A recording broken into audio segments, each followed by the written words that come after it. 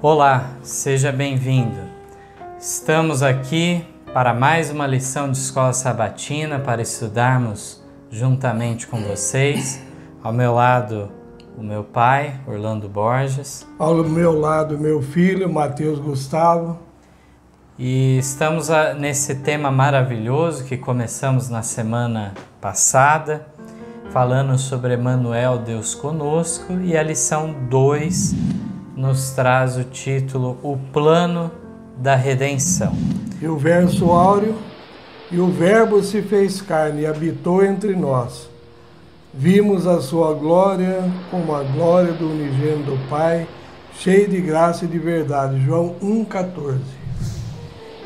Essa bendita revelação que temos da encarnação do próprio Deus. A primeira pergunta nos questiona: a divindade triuna está envolvida no plano da redenção? Veja que a pergunta é essa: os três estão envolvidos? Texto de 2 Coríntios, no capítulo 13, o verso 13. Em algumas Bíblias, o texto é desmembrado, os versos. Algumas Bíblias, em vez do verso 13, é o verso 14. É a bênção apostólica de Paulo ao final de sua carta aos de Corinto, que diz: a graça do Senhor Jesus Cristo e o amor de Deus e a comunhão do Espírito Santo seja com todos vós. Amém. Portanto, aí uma fórmula trinitariana encontrada também como uma bênção final. Nós encontramos aqui da pena de Paulo. 1 João, no capítulo 5, os versos 6 a 8, declaram: este é aquele que veio por água e sangue, isto é, Jesus Cristo, não só por água, mas por água e por sangue. E o Espírito é o que testifica, porque o Espírito é a verdade, porque três são os que testificam no céu: o Pai, a Palavra e o Espírito Santo, e estes três são um. E três são os que testificam na terra: o Espírito, a água e o sangue, e estes três concordam num. Então, os testemunhas de Jeová costumam pôr um texto só, não põe os dois, porque diz que está entre colchete e não existe o texto. De qualquer maneira, um dos versos que eles admitem, né? Diz que há três que testificam. Então é um texto, como meu pai comentou, que muitas vezes se entra em discussões dentro da crítica textual bíblica, através de acadêmicos que muitas vezes são incrédulos quanto à fé cristã ou à inspiração da Bíblia Sagrada e colocam dúvidas não só nesse texto, mas em muitos outros. Não é esse o caminho que devemos seguir, mas sim que Deus, o mesmo Deus que se preocupou em inspirar a palavra de Deus, Ele também procura preservá-la ao decorrer dos séculos, e um grande despertamento nessa parte se deu quando, após o início da Reforma Protestante, se iniciou as traduções nas várias línguas. E o texto base para isso tinha sido o texto original publicado por Erasmo de Roterdã, Antigo Testamento em hebraico, seguindo o texto massorético. E o texto, então, do Novo Testamento, seguindo o texto majoritário bizantino, e é em base disso que foram feitas traduções como Lutero para o alemão e João Ferreira de Almeida traduziu para o português. Então é através dessa boa linhagem que nós devemos entender que Deus direcionou, realmente o Espírito Santo direcionou os primeiros tradutores a terem um material de qualidade em suas mãos. Então, justo no verso 6, já vem falando, e o Espírito é o que testifica, porque o Espírito é a verdade. Então vem testificando de Jesus Cristo, que vem e morre, né? Por isso que ele veio por água e sangue. E os 3 versos, eles têm uma lógica em si, né? Dentre eles, um complementando o outro. Vamos aos textos da Mensageira do Senhor, Ellen White. O primeiro está no Conselhos sobre Saúde, página 222. A fonte original é o Review Herald, 2 de maio de 1902. Meu pai vai ler.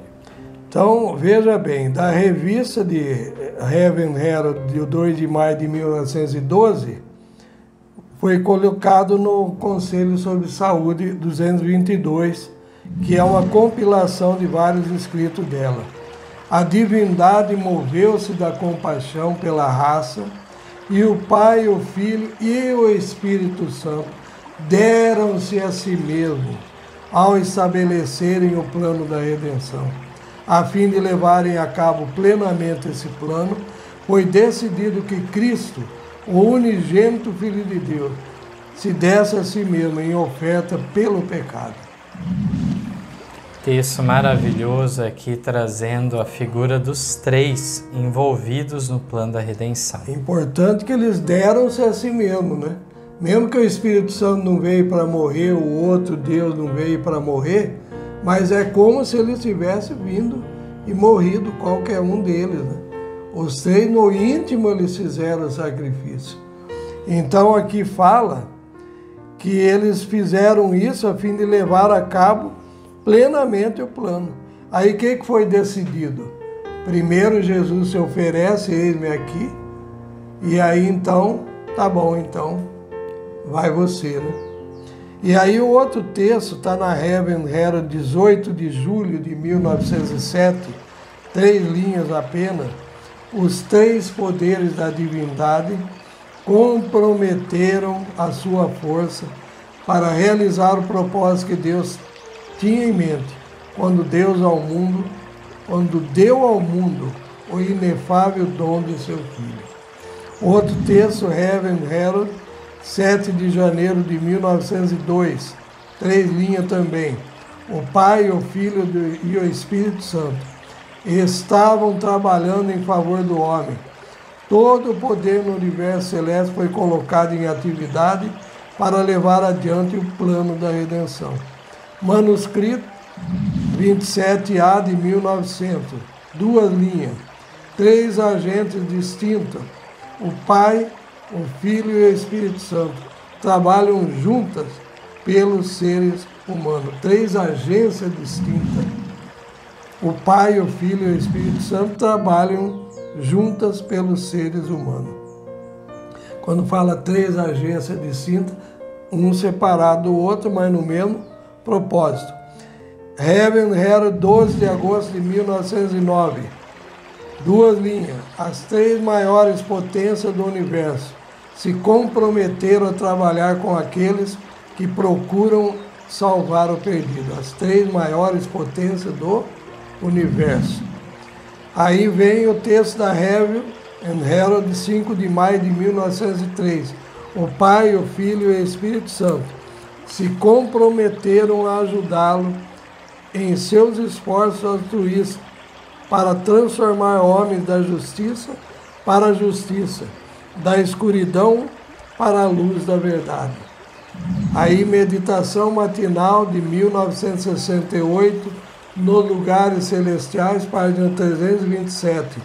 Texto tirado também da Review Herald, 18 de fevereiro de 1904. 3 linhas também. Por que então não deveriam os que lutam contra os poderes das trevas marchar para a frente com fé e ânimo? Deus e Cristo e o Espírito Santo estão ao seu lado. Reverend Herald, 27 de janeiro de 1903. Mais 4 linhas. A salvação dos seres humanos é um grande empreendimento que põe em ação cada atributo da natureza divina. O Pai, o Filho e o Espírito Santo se comprometeram a tornar os filhos de Deus mais do que vencedores por aquele que os amou. Atos dos Apóstolos, página 85. Em que consistia a força daqueles que no passado sofreram perseguição por amor de Cristo? Era a união com Deus, união com o Espírito Santo, união com Cristo. Atos dos Apóstolos 85. Agora, 8º testemunho, tirado do inglês, testemunho para a igreja, 194, 3 linhas finais. O Pai, o Filho e o Espírito Santo estão buscando e desejando encontrar canais pelos quais possam comunicar ao mundo os divinos princípios da verdade. Então aqui esses textos nos revelam, falam por si mesmos, não precisa nem comentar muita coisa, mas se alguém porventura chegou a esse vídeo acreditando em fábulas contadas por falsos mestres de que Ellen White não defendeu a trindade bíblica, uma divindade triuna, aqui está provado que essa pessoa apresentou uma mentira. Aqui são textos de variadas fontes, variados momentos do ministério de Ellen White, assim como serão os textos ainda que serão lidos, que ela sempre vem testificando desses 3 poderes, né? Ela usa vários termos, inclusive um outro termo utilizado por Ellen White é trio celestial. Trio celestial. E Paulo, quando termina a carta lá para a igreja de Corinto, na 2ª carta, ele fala então da comunhão para a igreja dos 3 poderes também. Então vamos para a 2ª pergunta. Portanto, que poderes estão prontos a nos auxiliar em tudo o que for necessário? Nós vamos enfatizar ainda mais esse ponto. Agora, comentário bíblico, volume 6, página 1075, retirado do manuscrito 271/2 de 1900, diz que o Pai, o Filho e o Espírito Santo, poderes infinitos e oniscientes, recebem os que verdadeiramente entram em relação de aliança com Deus. Também no mesmo comentário bíblico, na mesma página, agora o manuscrito 85 de 1901, diz que quando aceitamos a Cristo e em nome do Pai, do Filho e do Espírito Santo nos comprometemos a servir a Deus, então o Pai, Cristo e o Espírito Santo, os 3 dignatários e poderes celestes, se comprometem a nos dar todos os recursos, se cumprirmos nossos votos batismais de retirar-nos do meio deles, de separar-nos e de não tocarmos em coisas impuras. Quando somos leais a nossos votos, ele diz: e eu vos receberei. 2 Coríntios 6,17. Então, nesses textos iniciais aqui, já temos um pouco da ideia, outro termo utilizado por Ellen White, dignitários, poderes celestes, são em número de 3, sempre apresentado dessa forma. Então, alguns são adeptos do que eu posso colocar o nome de biteísmo. Não creem no monoteísmo de um Deus estrito, mas creem num Deus maior, um Deus menor, e acusam aqueles que creem em 3. Veja o contrassenso. Mas nós encontramos uma unidade dentro da divindade, e isso que nos garante, então, a realidade, tanto Deus num sentido singular, como também plural, uma vez que são pessoas unidas em natureza, caráter e propósito. O texto agora que temos é da Meditação Olhando para o Alto, de 1983, página 142, é retirado do manuscrito 45 de 1904, texto maravilhoso.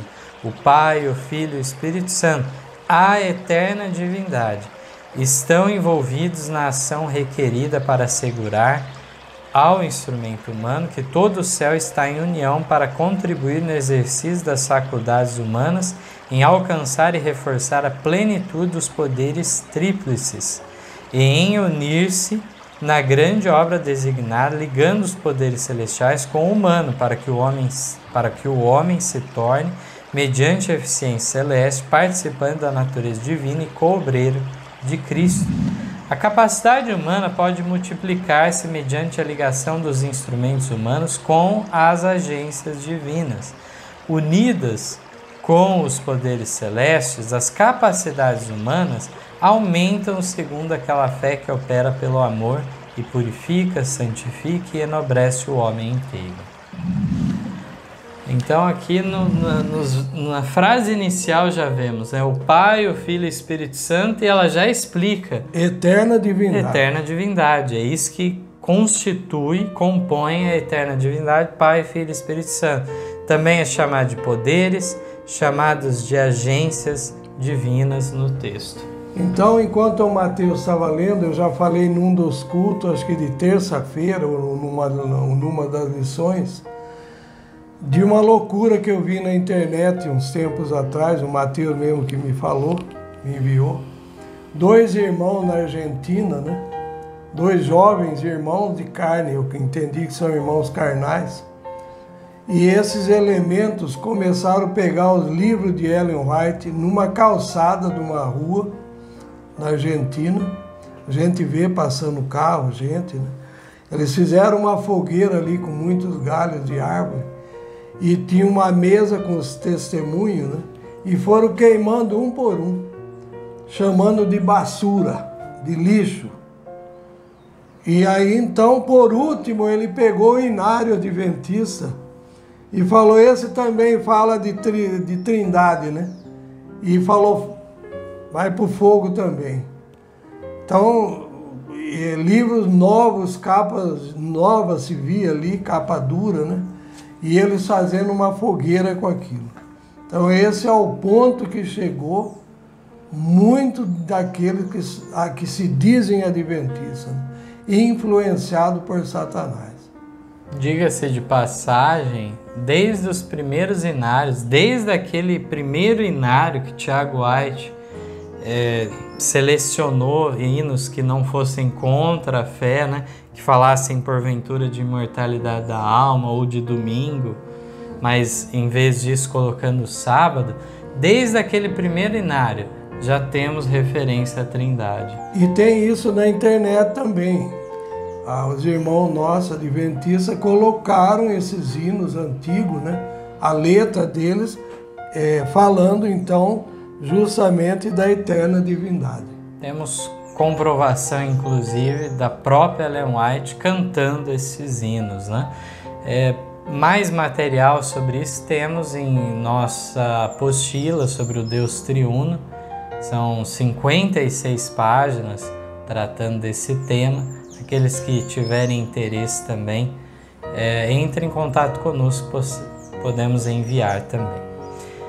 Dando continuidade à nossa lição, a pergunta 3 diz: de que maneira foi velada a divindade de Cristo? A fim de ser um sacrifício perfeito, como era a sua natureza humana? Um pouco nós já adiantamos na lição 1, na primeira lição, que falava de Emmanuel, Deus conosco, e agora nós vamos nos aprofundar mais, né? Foi velada de que jeito? Veio em forma humana, né? E aí então, a fim de ser um sacrifício perfeito, será que como a sua natureza humana era perfeita, na inocência de Adão antes da queda, nós cremos assim. E vamos ler os textos da Bíblia e os textos do Espírito de Profecia que confirma isso. O texto bíblico já nos auxilia muito nesse sentido. Hebreus 7:26, porque nos convinha tal sumo sacerdote, santo, inocente, imaculado, separado dos pecadores e feito mais sublime do que os céus. Está aí a palavra, separado dos pecadores, inocente, imaculado, santo. E o texto de 1 Pedro, na mesma linha, faz essa referência dele sendo um cordeiro, mas com o precioso sangue de Cristo, como de um cordeiro imaculado e incontaminado. 1 Pedro 1,19. Imaculado, que não tem mácula nenhuma, e incontaminado, que não tem contaminação nenhuma. Isso é importante, que eu vejo aqui até uma distinção nesses dois termos, porque muitos creem então que Cristo nasceu e viveu uma vida sem pecado. Essa seria a parte do incontaminado. Ele não se contaminou ao decorrer de sua vida. Mas o assunto é mais profundo que isso. Ele já nasceu de forma o quê? Imaculada. Ele nasceu então sem defeito, sem pecado.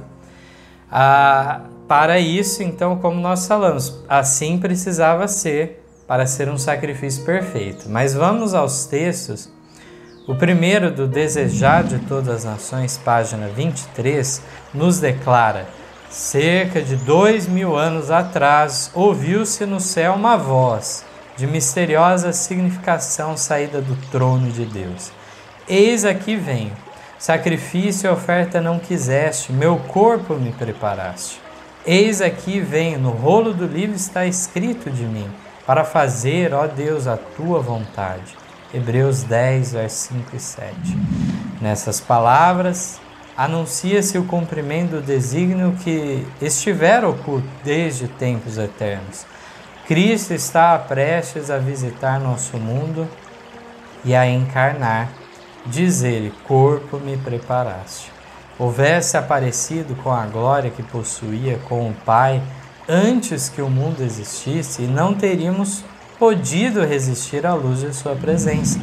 Para que a pudéssemos contemplar e não ser destruídos, a manifestação de sua glória foi velada. Sua divindade ocultou-se na humanidade, a glória invisível na visível forma humana. Respondendo então à primeira parte, de que maneira foi velada a divindade de Cristo? Através dele ter então agora ocultar-se na humanidade.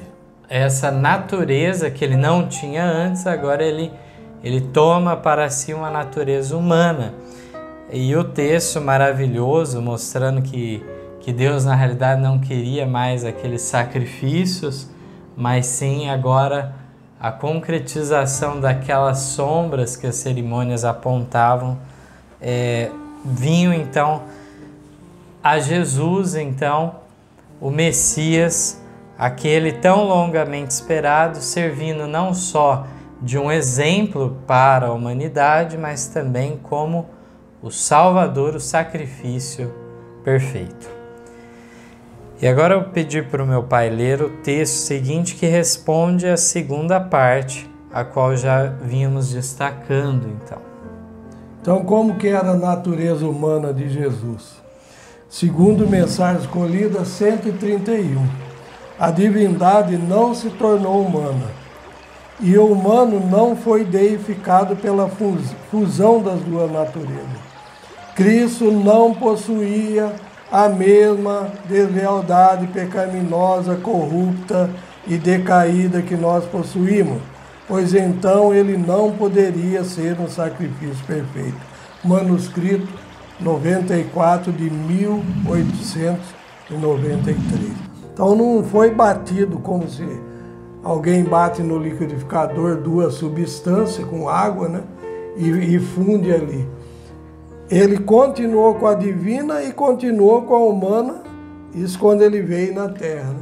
Ao mesmo tempo, naturezas separadas, mas na mesma pessoa. Na mesma pessoa. É um mistério muito profundo, né?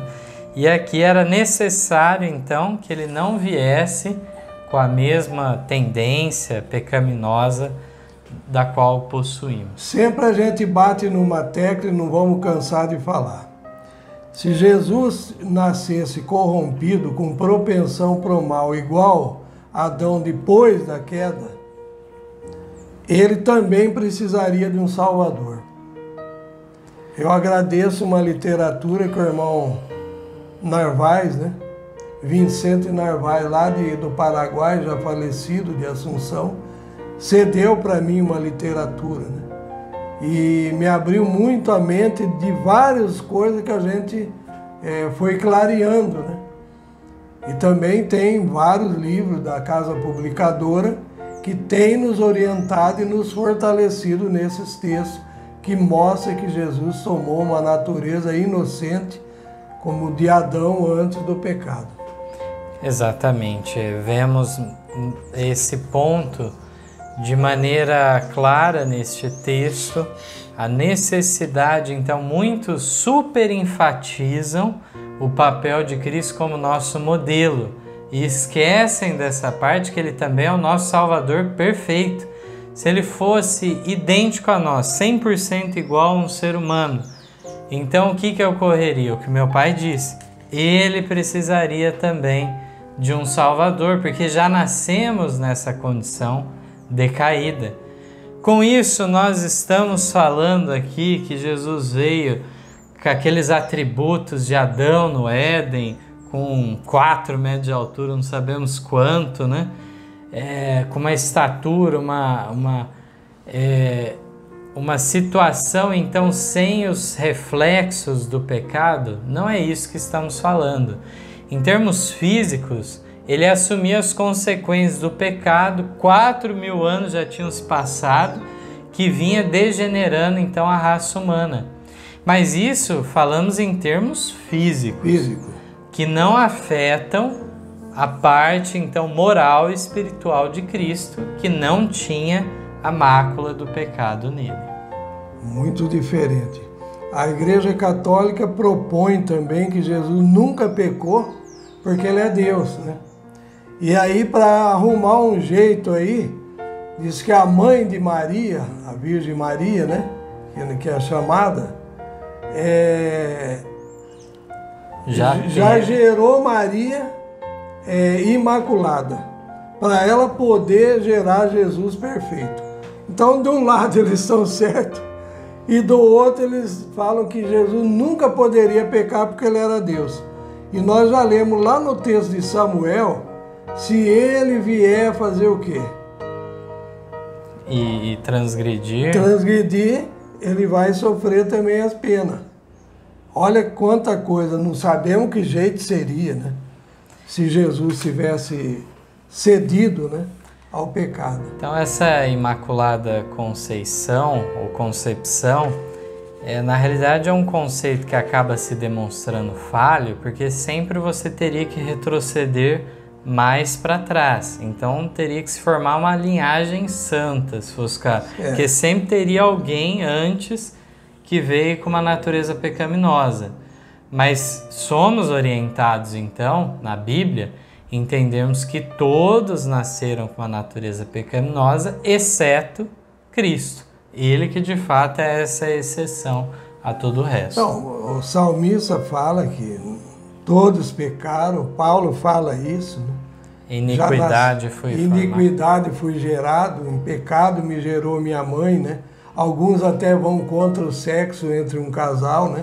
Casado normalmente, de acordo com a lei de Deus, por causa desse texto. Não quer dizer isso daí. Quer dizer que quando o marido e a mulher se uniram e geraram um filho, eles também já tinham o quê? A propensão para o mal. Isso já temos revelado no próprio Patriarcas e Profetas, quando fala que Adão gerou um filho segundo a sua semelhança. Não mais a semelhança de Deus. Então já com os efeitos do pecado afetando tudo isso. E naquele livretinho que nós temos sobre a natureza humana e a natureza perfeita de Jesus, os irmãos também podem pedir, quem desejar, ou qualquer ouvinte, né? Ali então esclarece que ele veio de uma forma muito maravilhosa, perfeita, né? E que ele poderia ter caído Também lá no Gólgota, ele poderia ter cedido, por pouco ele não cedeu. Então ali vai esclarecendo a gente, né? Que ele é diferente dos outros que tem em cima da terra. E aí nós vamos ver que o Sete, era esse o ponto que eu queria chegar, descendente de Caim, descendente de Adão, tinha a mesma natureza que Caim. Fala o texto que ambos nasceram destituídos de bondade. De natural. bondade, só que o Sete escolheu bem e Caim não escolheu bem, mas eles tinham livre-arbítrio, mas já tinham a propensão. Isso nos orienta em tantos aspectos de fugirmos de uma ideia de uma predestinação. Muitos enxergam Caim, né, já sendo mal, Abel já sendo bom. Na realidade, a raça humana nasce numa condição separada de Deus e deve buscar essa religação. Então, os justos de todas as eras, eles buscaram desenvolver um caráter à semelhança do que Deus pede. Não que isso fosse natural deles. Nós vamos imitar o modelo, né? Que é Jesus, mas nunca conseguiríamos chegar à perfeição. Nunca vamos chegar. Só que o Adão que foi formado o pó da terra, né? Foi assoprado da sua narina, fôlego de vida, né? Já a Eva de uma costela. Já Jesus nasce de uma mulher. Já foi diferente, Jesus já é híbrido. Gerado pelo Espírito Santo, como fala a Bíblia, encarnado assim, né? Numa virgem, quer dizer, que é uma mulher que nunca tinha tido contato com ninguém, com homem nenhum. E agora, então, ela gera esse filho bendito, né? Aí, então, nós vamos ver os católicos dizendo a Santana, né? A mãe de Maria, gera ela já imaculada, para ela gerar Jesus imaculado. Não é porque ele foi gerado pelo Espírito Santo. Aí ele conservou a divindade e passa por Maria e recebe a humanidade. Claro que nós não sabemos entender, nem explicar a profundidade disso. É o que vem justamente na quarta pergunta. De que maneira ficamos ao contemplarmos a encarnação de Cristo? Aí. 1 Timóteo, capítulo 3, verso 16. E sem dúvida alguma, grande é o mistério da piedade. Deus se manifestou em carne, foi justificado no Espírito, visto dos anjos, pregado aos gentios, crido no mundo, recebido acima na glória. Temos agora o texto da Sign of the Times, 30 de julho de 1896, presente no livro Verdade sobre os Anjos, página 154, e também no Comentário Bíblico, volume 5, página 1130. Ao contemplarmos a encarnação de Cristo, sentimos-nos desconcertados diante de um insondável mistério que a mente humana é incapaz de compreender. Quanto mais refletimos sobre isto, mais surpreendente nos parece o tema. Quão imenso é o contraste entre a divindade de Cristo e a indefesa criancinha na manjedoura de Belém. Como entender a distância entre o poderoso Deus e a desajudada criança? Pois ainda assim o Criador dos mundos, aquele em quem habitava a plenitude da divindade, manifestou-se como indefeso bebê na manjedoura. Mais excelso que qualquer dos anjos, igual ao Pai em dignidade e glória, vestido agora do manto da humanidade. Divindade e humanidade combinaram-se misteriosamente, pois o homem e Deus tornaram-se um. É nessa união que encontramos a esperança para a nossa decaída raça. Então é sempre um mistério para nós, por mais que a gente tente compreender. Criador dos mundos, aquele que habita a plenitude da divindade, como entender ele se limitar numa indefesa criança, um bebê? Então tudo isso é realmente para nos chocar, nos maravilhar, não é para outra coisa. Então a salvação, irmãos e amigos, não é para qualquer um. E ao mesmo tempo diz que, de comentário de Ellen White, quando nós chegarmos no céu, né, vamos ver que o céu saiu barato ainda. Foi muito fácil adquirir o céu. E é pela fé. É só se agarrar nesse ato de plano de redenção e nesse sacrifício maravilhoso e na ressurreição. Agora, querer entender tudo, não adianta querer entender. Vamos estudar por toda a eternidade e eu acho que nem tudo ainda vai ser possível. Que maravilhoso agora o assunto que vamos tratar na pergunta 5. Quem é o eu sou? Olha, vamos prestar bem atenção que vai ser um pouco cansativo, né? A pergunta 5 e a 6, mas não fique saindo, entrando, olhando para o lado, pensando em outras coisas.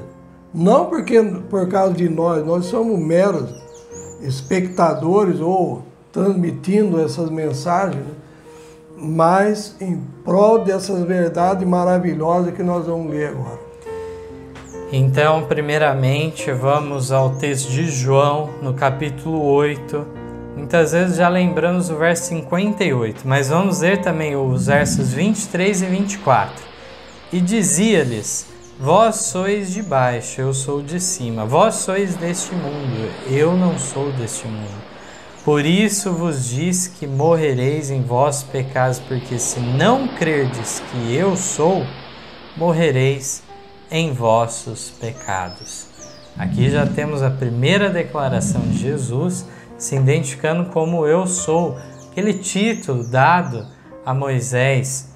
O verso 58 afirma mais uma vez: disse-lhes Jesus, em verdade vos digo que antes que Abraão existisse, eu sou. Por esses textos bíblicos já descobrimos quem é. Com isso nós estamos limitando, é importante a gente destacar isso, estamos limitando que é só Jesus, então... Que é o eu sou? O eu sou, então o Espírito Santo, Deus Pai não pode? De modo algum. A questão aqui é que muitas vezes a negação se dá justamente em que pessoa? Na de Cristo. Jesus. É que há a negação disso, mas o título que é apropriado a um é apropriado para os outros também.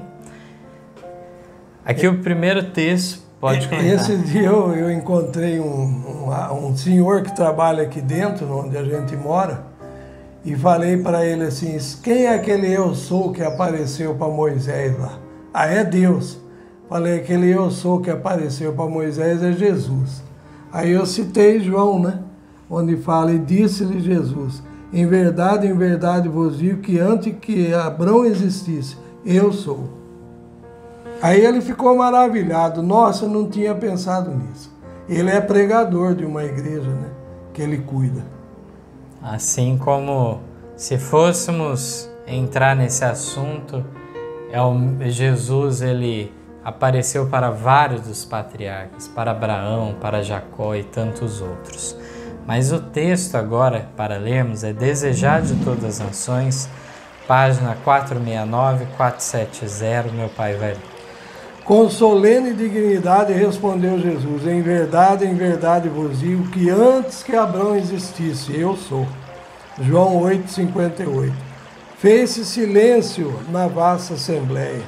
O nome de Deus, dado a Moisés para exprimir a ideia da presença eterna, fora reclamado como seu pelo Rabi da Galileia. Declarara-se aquele que tem existência própria, aquele que fora prometido a Israel, cujas saídas são desde os tempos antigos, desde os dias da eternidade. Miqueias 5:2. Continuando, Desejar Todas as Nações, página 24. Por sua humanidade, Cristo estava em contato com a humanidade. Por sua divindade, firma-se no trono de Deus. Como Filho do Homem, deu-nos um exemplo de obediência, e como Filho de Deus, dá-nos poder para obedecer. Foi Cristo que no Monte Horebe falou a Moisés dizendo: eu sou o que sou. Assim dirás aos filhos de Israel, eu sou, me enviou a vós. Êxodo 3,14. Foi esse o penhor da libertação de Israel. Assim, quando ele veio, semelhante aos homens, declarou ser o eu sou, o infante de Belém, o manso e humilde Salvador. É Deus manifestado em carne. 1 Timóteo 3,16. A nós nos diz, eu sou o bom pastor. João 10,11. Eu sou o pão vivo. João 6,51. Eu sou o caminho, a verdade e a vida. João 14,6. É-me dado todo o poder no céu e na terra. Mateus 28,18. Eu sou a certeza da promessa. Sou eu, não temais, Deus conosco. É a certeza de nossa libertação do pecado, a segurança de nosso poder para obedecer à lei do céu. Desejar a todas as nações 25. É o Filho do Homem que partilha do trono do universo. É o Filho do Homem cujo nome será Maravilhoso Conselheiro, Deus Forte, Pai da Eternidade, Príncipe da Paz. Isaías 9,6.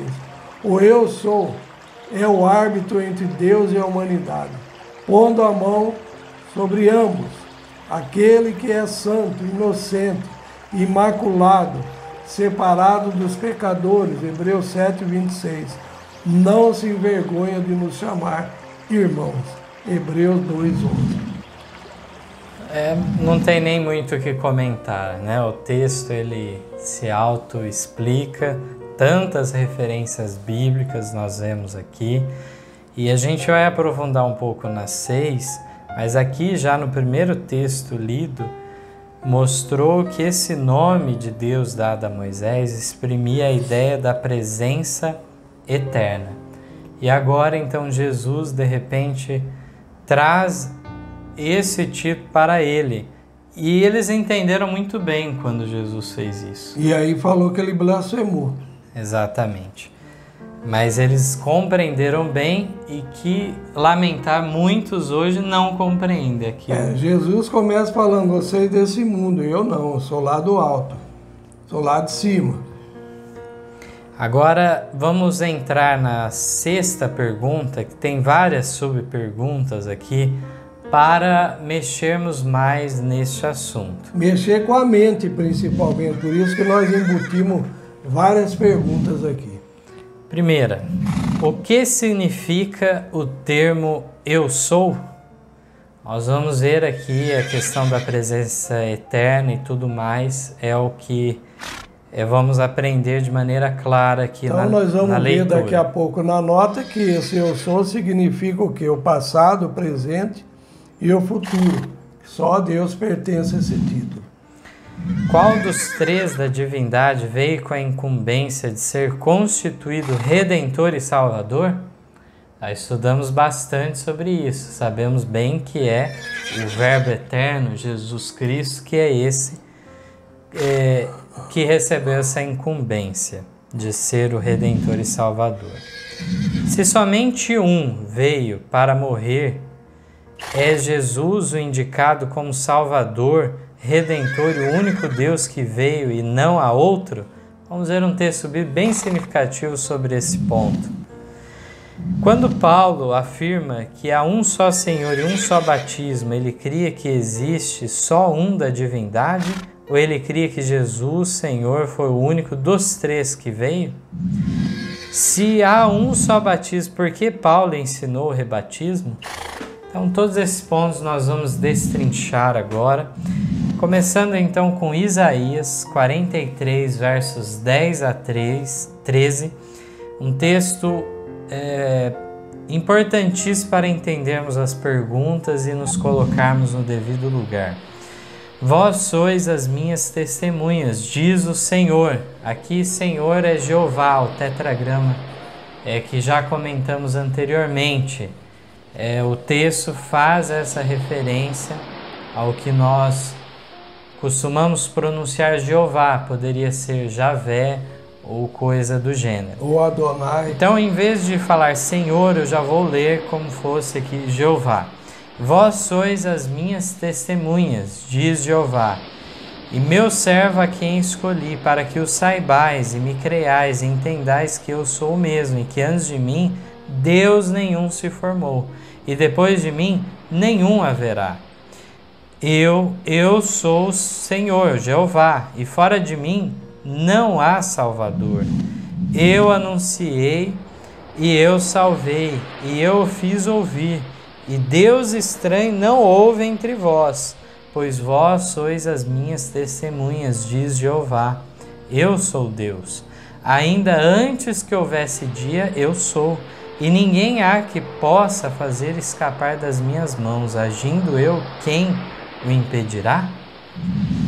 Então esse texto, que muitos atribuem, uma vez que identifica como Jeová, vão pensar que está se referindo a Deus Pai. Aqueles que colocam dessa maneira incorrem num problema. Estes mesmos creem que Cristo foi um ser gerado posteriormente. O texto aqui diz que não deve ser aceito nenhum Deus que surgiu depois. Depois de mim, nenhum haverá. Seria um Deus falso, então. Se colocamos Jesus nessa posição, entramos num conflito terrível.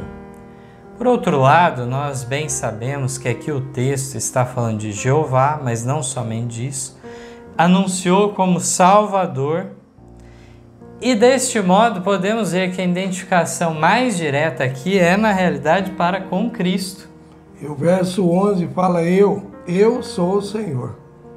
E fora de mim não há Salvador. Então aqui a referência mais direta é a Cristo, mas o texto diz o quê? Que antes de mim Deus nenhum se formou. Então aqueles que creem num Jesus gerado depois teriam que rejeitar agora o Deus Pai, que é antes dele. Então veja só o ponto que se chega do conflito que se cria nas Escrituras quando partimos para esse raciocínio, que sabemos bem que é equivocado. O próximo texto está em Isaías 44:6. Assim diz o Senhor, Jeová, Rei de Israel, e seu Redentor, o Jeová, o Senhor dos Exércitos: eu sou o primeiro e eu sou o último, e fora de mim não há Deus. Então quem que é o Redentor aí? Que veio para redimir o homem. Mas nós vamos chegar mais adiante. Mais adiante, agora no próprio Novo Testamento, faz referência ao que foi trabalhado em Isaías, já que João está fazendo referência, ao dizer aqui em Apocalipse 22, 12 e 13: e eis que cedo venho, e o meu galardão está comigo, para dar a cada um segundo sua obra. Uma referência a Jesus, a sua vinda. Verso 13: eu sou o Alfa e o Ômega, o princípio e o fim, o primeiro e o derradeiro. Confirmando o que nós acabamos de ler em Isaías. E por fim temos o texto de Efésios, que estava nas perguntas, 4:5, Paulo dizendo: um só Senhor, uma só fé, um só batismo. Aí então nós vamos ficar raciocinando. Um só Senhor, por isso que surgiram os unicistas. Loucos, né? Nem não crê na Trindade e não crê nem em dois. Crê num só, que o mesmo Jesus é o mesmo Pai, Ele é o mesmo Filho, Ele é o mesmo Espírito Santo, né? E eu lembro uma vez que eu citei para um deles numa praça, numa feira livre, né? Perguntando para ele como que é agora, ele aqui na terra sendo batizado, né? E aí vem o Espírito Santo em forma corpórea de pombo e uma voz lá de cima, né? Aí fala com ele: esse é o meu filho amado em quem me compraram. A tática foi muito baixa. Isso aí é a parte divina dele lá do céu que falou com a parte humana aqui da terra. Mas aí o Espírito Santo em forma corpórea. Então é uma loucura absurda, uma atrás da outra. Então como que nós entendemos agora Paulo falando: há um só batismo e um só Senhor, e sendo que Paulo agora aceita o rebatismo? Então ajuda-nos a abrir a mente, né? Entrarmos nesse ponto, porque as pessoas tiram proveito de um só Senhor e esquecem de analisar um só batismo. Sendo que lá na época os que foram batizados por João foram rebatizados lá quando encontra os apóstolos e nunca tinham ouvido falar do Espírito Santo, tiveram acréscimo de luz e foram rebatizados. E aí como é que fica agora a contradição de Paulo? Eu queria fazer menção que vamos estudar, inclusive, esses temas mais adiante, lá na lição 16, na pergunta 9, 10 e 11, trabalhará esse tema do rebatismo. Então, Atos 19 nos fala, né, de um rebatismo por acréscimo de luz, e os textos de Ellen White asseveram nesse sentido. Temos Atos dos Apóstolos, página 285, Evangelismo, página 375, assim como o livro de Paulo, Apóstolo da Fé e da Coragem, página 136. São textos, então, que nos confirmam que Paulo não estava defendendo que a pessoa poderia ser batizada apenas uma vez, mas havia apenas uma modalidade, uma forma de batismo, que seria por imersão. Por imersão. E era apropriado em reconcerto com Deus ou por acréscimo de luz, uma série de situações que seria apropriado um Então rebatismo. a gente vai ver pela história também que os judeus entendiam que a questão do batismo na água também. E eles, quando foram tentar lá uma conversa com João Batista e derrubar as teses de João Batista, eles não estavam preocupados se João estava batizando ou não, se não estavam atacando a questão do batismo em si, estavam dizendo com que autoridade ele batizava. Então já era de conhecimento dos judeus esse tema do batismo ligado com o tema da purificação dos pecados. Não que o batismo em si, né, purifica e limpa, né? Mas é uma confirmação daquele que já creu e foi perdoado, né? E tem fé no sacrifício e na ressurreição de Jesus. Então, mais para frente, como o Mateus falou, nós vamos ter que aprofundar mais, e parecia agora para nós uma contradição. Um só batismo, um só Senhor. Aí os unicistas falam assim, tá vendo? Não tem três, só tem um. Mas batismo também não teve dois? Teve um de João e depois não foram rebatizados? Isso também nós costumamos usar na questão do batismo por aspersão, que a Igreja Católica faz, né? Nas criancinhas pondo um pingo de água na cabeça, né? Não é essa a verdadeira forma de batismo. Então, creio que esse ponto ficou bem claro. E agora vamos nos envolver com a nota do Espírito de Profecia ao significado do termo eu sou e tudo que vem junto disso. O texto é a carta 119 de 1895, está na Meditação para Conhecê-lo, página 12, também no Comentário Bíblico, volume 1, página 1099. A leitura inicia dizendo, eu sou quer dizer uma presença eterna. Passado, presente ou futuro são a mesma coisa para Deus. Ele vê os mais remotos acontecimentos da história passada e o longínquo futuro com tão clara visão como vemos nós as coisas que ocorrem diariamente. Não sabemos o que se acha diante de nós, e se o soubéssemos, isso não contribuiria para nosso bem eterno. Deus nos dá uma oportunidade de exercer fé e confiança no grande eu sou.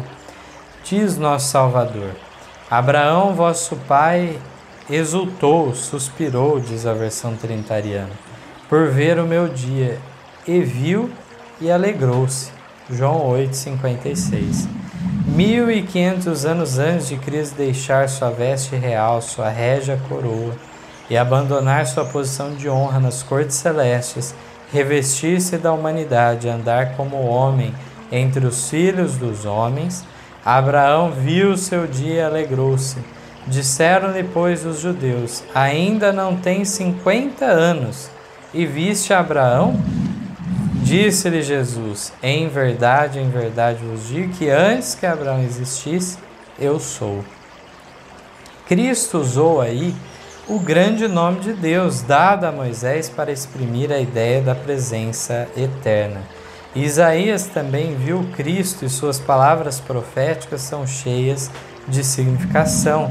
Diz ele: porque um menino nos nasceu, um filho se nos deu, e o principado está sobre os seus ombros. Seu nome será maravilhoso, Conselheiro, Deus forte, Pai da eternidade, Príncipe da paz. Isaías 9:6. Falando por intermédio dele, o Senhor diz, aí temos um texto de Isaías 43, versos 3 a 15, para os que quiserem ler, no mesmo sentido dos textos que já lemos. Ao vir Jesus ao nosso mundo, proclamou-se: eu sou o caminho, a verdade e a vida, ninguém vem ao Pai senão por mim. João 14:6. O Senhor precisa ser crido e servido como grande eu sou, e nós precisamos confiar nele implicitamente. Uma nota fantástica, e que devemos de fato exercer essa fé que a senhora White nos declara. Não seria para o nosso benefício saber tudo que Deus sabe sobre o futuro, mas exercendo uma confiança com Deus, tal como a confiança para com o Pai, devemos então entender que Ele está no controle, na providência dos fatos. E a linha termina dizendo: confiar nele implicitamente. E aí diz que o Senhor precisa ser crido e servido como o grande eu sou. Vemos que na pessoa de Cristo, inclusive. A pergunta de número 7. Quem deve ser revelado pelos crentes da mensagem do terceiro anjo? Quem deve ser revelado? Apocalipse 14, verso 12, o final da terceira mensagem angélica. Aqui está a paciência dos santos, aqui estão os que guardam os mandamentos de Deus e a fé em Jesus. Então temos um destaque tanto nos mandamentos como a fé, como também na parte da fé. O texto agora que meu pai vai ler é do Testemunhos para a Igreja, volume 6, página 20. As verdades da mensagem do terceiro anjo têm sido apresentadas por alguns como uma teoria árida. Entretanto, nessa mensagem deve ser exposto o Cristo vivo, por excelência. Deve ele ser revelado como o primeiro e o último, como o eu sou, a raiz e rebento de Davi, como a radiante estrela da manhã. Precisa de mais algum texto para os crentes na terceira mensagem angélica entenderem de uma vez por todas que faz parte do nosso papel hoje, nesses últimos dias, exaltar a Cristo, apresentá-lo na sua plenitude como Deus. Então o texto de Apocalipse 14 aparentemente só vem falando do quê? Da besta, né? Do seu sinal. Mas aqui está mostrando quem agora? Um povo. Por isso que o anjo fala: aqui está a paciência dos santos, ou a perseverança dos santos. Aqueles são os que guardam os mandamentos de Deus e a fé em Jesus. E eu iria mais longe, retomando um pouco o que comentamos na lição 1. Nós vemos, na realidade, que faz parte do verdadeiro entendimento de justificação pela fé, justiça de Cristo, entender esse aspecto da plena divindade de Cristo. Do contrário, como já lemos lá no Grande Conflito, página 524, do contrário, não entendemos sequer o plano da redenção, quem é a pessoa de Cristo que foi enviada para morrer pela humanidade. Nós devemos entender esse aspecto para então assumirmos essa posição de fé em Jesus. Mas se quer entendermos o primário, o primordial, a essência deste tema, como que vamos avançar na compreensão? Por isso que a nota falou tem que entender o Cristo vivo por excelência, que ele é o primeiro, o último, mesmo que está lá em Isaías. Além dele não há outro. Por que não há outro? Porque é só ele que veio para morrer. O Espírito Santo e o outro que ficou com o nome de Pai, que ficou lá também no trono, não veio para morrer. Mas os três, conforme nós lemos, deram-se a si mesmo, ou seja, sofreram igual. E aí nós encontramos que, de fato, essas mensagens foram destacadas, inclusive, gostaria de deixar o registro, que na época Wagner e Jones declararam sim a plena divindade de Cristo. Wagner, em um dos seus livros, procurou identificar então Cristo como Jeová, Cristo como Deus, mostrando que de fato esse é o nosso Salvador. Importante também, quando esses adventistas, uma parte deles, saíram das igrejas protestantes, muitos não tinham essa compreensão. E aí alguém, os espertinhos de hoje, né, apóstata, começa a se apegar nos pioneiros. Mas se os pioneiros tiveram erro, você vai ficar agarrado neles? Nós temos que ver também que esses pioneiros mudaram de posição depois. Esses pioneiros guardavam domingo, comia carne de porco, né? Só em 1863 que foram entender a questão da reforma de saúde. Fosse assim, nós tínhamos que voltar lá atrás. Então, muitos que vieram dessas igrejas, o próprio Uriah Smith, né, não entendia tudo perfeitamente. E depois, eu acredito que mais para frente, né, ele foi se encaixando. Amadureceu mais Amadureceu o mais, porque, né? A vereda do justo é como a luz da aurora. Então, não baseia que um pioneiro errou lá, você vai ficar errando também. A verdade, ela é progressiva, assim se dá na história da igreja, como vemos. E, para além disso, eu queria destacar 2 pontos, trazendo esse aspecto histórico que meu pai comentou sobre os pioneiros. Primeiramente, que isso não era uma unanimidade contra a Trindade, por exemplo. Veja que aqueles que tinham vindo de igrejas batistas, metodistas, continuaram crendo na Trindade, sendo adventistas. Eles não mudaram de ideia ao se converterem para o adventismo. E por que não copiar esses pioneiros aí? Aí esses são deixados de lado, não são destacados, né?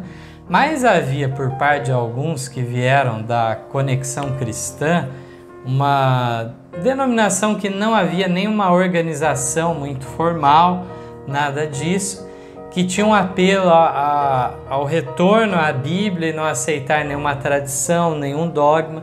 Em partes eles trouxeram um benefício importante, mas eles radicalizaram nessa parte do assunto da Trindade, vendo apenas como um dogma católico. O caso é que, como já comentamos na primeira lição, na semana passada, o que ocorre nesse aspecto também? Quando alguns pioneiros, tais como Tiago White e José Bates, quando eles falaram contra a Trindade, eles falaram contra uma Trindade específica, o qual devemos ser contra também. Que era uma doutrina espírita. Uma doutrina, então, lá de Sabélio, do modalismo, falando que na realidade não são 3 pessoas, mas uma pessoa se manifestando de 3 formas distintas. Então essa ideia é equivocada, não seguimos ela. Aí vem os loucos e falam assim, eu estou seguindo Tiago White, que ele era contra a Trindade. Então, contra a Trindade e daqueles outros loucos que tinha na época. Então, eu creio que ficou bem claro esse aspecto e vamos partir para a penúltima pergunta, de número 8. Como devem avançar diante dos perigos dos últimos dias? Esses crentes na mensagem do terceiro anjo, como que eles vão avançar agora nos últimos dias? Passo para o meu pai. Então, o primeiro texto está na Southern Watchman, 23 de fevereiro de 1904. Os que proclamam a mensagem do terceiro anjo precisam revestir-se de toda a armadura de Deus, a fim de que possam ousadamente permanecer em seus postos, em face de difamações e falsidade, combatendo o bom combate da fé, resistindo ao inimigo com a palavra. Está escrito: mantenham-vos em lugar em que os três grandes poderes do céu, o Pai, o Filho e o Espírito Santo, possam ser sua eficiência.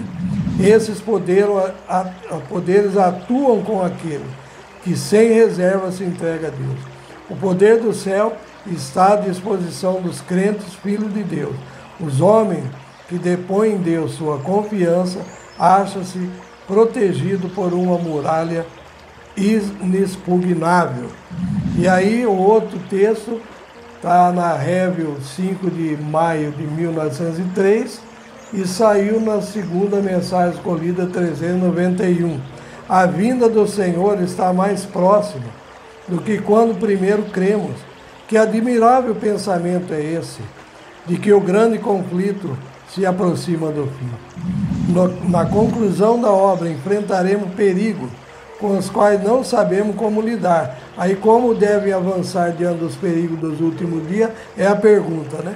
Agora ela está dizendo: enfrentaremos perigos com os quais não sabemos como lidar. Não esqueçamos, porém, que os três grandes poderes do céu estão operando, que uma mão divina se encontra ao leme e que Deus levará a cabo o seu desígnio. Ele reunirá do mundo um povo que o há de servir em justiça. Terríveis perigos se acham diante dos que têm responsabilidade na obra do Senhor. Perigos cuja ideia me faz tremer. Mas vem a palavra: tenho a mão ao leme e em minha providência levarei a cabo o plano divino. Queria também dizer que Deus também não é estaca fincada com o povo. Lá nós já estudamos agora há pouco atrás: aos que me honram, honrarei. Na verdade, eu tinha dito a sua casa, falando lá para Eli e a casa de Arão, né, que vocês ficariam diante de mim perpetuamente, mas longe de mim tal coisa. Vocês não honraram, né? E Jesus, então, ele fala ali no Evangelho: tu és Pedro, sobre essa pedra edificarei a minha igreja, e as portas do inferno não prevalecerão contra ela. E a igreja apostólica afrouxou, cedeu ao papado, né? Quando fala igreja apostólica, os infiéis. A igreja dos fiéis tiveram que fugir para o deserto. E aí, então, Deus não tem estaca fincada com ninguém.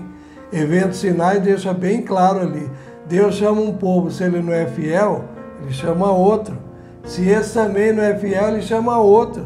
Então não adianta o povo adventista falar: é a minha igreja aqui e eu tenho Deus sem a mão ao leme, né? E eu vou levar a cabo o plano. Não é assim. Não é estaca fincada e as promessas são condicionais. Entre os perigos desses últimos dias, temos visto justamente a descrença na divindade triuna. E aí é natural surgir uma pergunta diante de nós, né?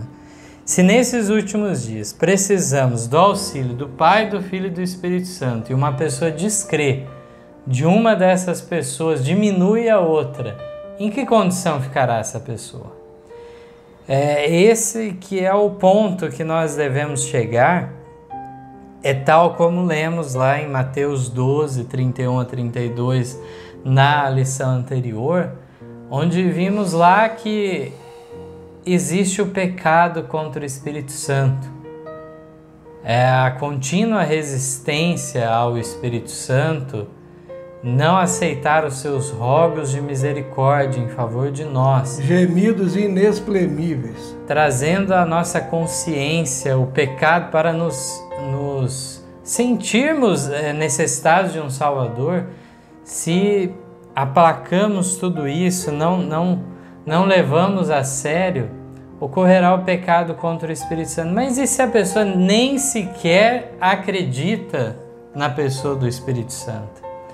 É uma condição gravíssima e devemos então estar atentos aos últimos enganos, tais como este, vinculados aqui E devemos então, como o texto diz, confiar na atuação desses 3 grandes poderes para nos sustentar nesses tempos difíceis. Vamos agora à última pergunta. Que garantia o plano da redenção traz ao universo? Naum, no capítulo 1, verso 9, diz: Que pensais vós contra o Senhor? Ele mesmo vos consumirá de todo, não se levantará por 2 vezes a angústia. Então a garantia do plano da salvação ou da redenção, o que é para o universo? Que não vai ter outro diabo que vai causar tanto dano, tanta desgraça outra vez, né? Não vai se repetir o mal por 2 vezes. Aconteceu porque no céu existia também na época livre-arbítrio, aconteceu no Éden porque Adão e Eva tinham livre-arbítrio e escolheram o mal. Também não podemos entender como surgiu o mal no coração de Satanás, como está ali no livro Grande Conflito, né? Mas ele tinha liberdade e como ele se ensoberbeceu, querendo ser igual a Deus, subir acima das estrelas. Nós não precisamos querer entender todos esses detalhes, mas entender que não vai se repetir de novo esse mal. E vamos ler agora, no Desejar Todas as Nações a Página 26, o porquê, né, que se alcançou essa garantia de não se levantar. O problema é que todo mundo, quando morre alguém, acontece um acidente, um desastre, morre alguém de câncer, ou está lá na cama há muito tempo, né? Por que Deus quis assim? Por que Deus permitiu isso, né? Tudo é culpa de Deus. Então Satanás faz isso desde o começo. Lá com os anjos que se tornaram maus e agora com a humanidade também. Essa nota final nos declara o seguinte: por meio da obra redentora de Cristo, o governo de Deus fica justificado. O Onipotente é dado a conhecer como Deus de amor. As acusações de Satanás são refutadas e revelado seu caráter. A rebelião não se levantará segunda vez. O pecado jamais poderá entrar novamente no universo. Todos estarão por todos os séculos garantidos contra a apostasia. Mediante o sacrifício feito pelo amor, os habitantes da terra e do céu se acham ligados a seu Criador por laços de indissolúvel união. A obra da redenção será completa. Onde abundou o pecado, superabundou a graça de Deus. A terra, o próprio campo que Satanás reclama como seu, será não apenas redimida, mas exaltada. Nosso pequenino mundo, sob a maldição do pecado, a única mancha escura de sua gloriosa criação, será honrado acima de todos os outros mundos do universo de Deus. Aqui, onde o Filho de Deus habitou na humanidade, onde o Rei da Glória viveu e sofreu e morreu, aqui, quando ele houver feito novas todas as coisas, será o tabernáculo de Deus com os homens. Com eles habitará e eles serão o seu povo, e o mesmo Deus estará com eles e será o seu Deus. Apocalipse 21:4. É através dos séculos infindos, enquanto os remidos andam na luz do Senhor, hão de louvá-lo por seu inefável dom. Emanuel, Deus conosco. Deus seja louvado. Diante de uma nota dessa, nós temos uma pálida ideia do alcance de todo esse plano da redenção que já tinha sido idealizado por Deus lá na eternidade. Ocorrendo então a emergência do pecado, já estava tudo já programado por Deus. Era um mistério, mesmo para os seres não caídos, e foi se desdobrando então na história da humanidade, e encontramos agora este fato, que esse sacrifício que Cristo efetuou, provou então o atributo maior, o grande caráter de Deus se resume no amor. E isso será a garantia, então, para que nos séculos e séculos por vir estejamos garantidos da apostasia e o pecado, então, não entre mais no mundo. Então eu queria fazer um pedido a quem está me ouvindo, está nos ouvindo nessa hora e vai nos ouvir depois pelas gravações, não por nós, porque nós até na leitura, a gente às vezes erra na leitura, gagueja, tem nossas falhas, né? Também a filmagem, a gravação, ela é feita de uma maneira mais amadora, né? E então, se você concordou com tudo isso e tem pessoas que estão enroladas, estão sendo desviados por esses maus elementos, para esses apóstatas, e propague mais isso daí. Envie para outros. Quem sabe ainda nós vamos recuperar alguns, né? Que ainda estão nesse limbo aí, na dúvida, né? Sem rumo na vida. Quem sabe ainda podemos recuperar muitos nesse mundo perdido, né? E todos estarmos naquele lugar maravilhoso, conforme já leu, que o Senhor nos vai preparar e tem preparado. Assim concluímos este estudo. Que a bênção e a paz de Deus esteja com todos. Amém. Que a paz de Jesus, nosso Salvador e Pai eterno, também seja com todos que estão ouvindo agora e que vão assistir depois também. Amém. Amém. Em nosso site vocês encontrarão estudos, notícias, dicas de saúde, além de todas as nossas lições. Participem conosco através da nossa página no Facebook e assistam todas as nossas lições através do YouTube.